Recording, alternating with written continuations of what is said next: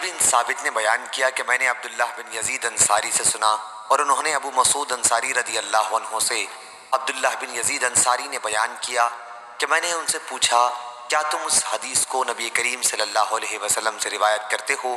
انہوں نے کہا کہ ہاں۔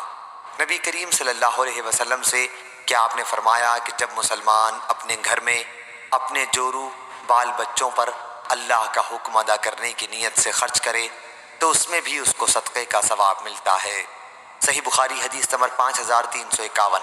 امام مالک نے بیان کیا ان سے ابو زناد نے، ان سے اعرج نے اور ان سے حضرت ابو ہریرہ رضی اللہ عنہ نے بیان کیا کہ رسول اللہ صلی اللہ علیہ وسلم نے فرمایا اللہ تعالیٰ فرماتا ہے کہ اے ابن آدم تو خرچ کر تو میں تجھ کو دیے جاؤں گا۔ صحیح بخاری حدیث نمبر 5352۔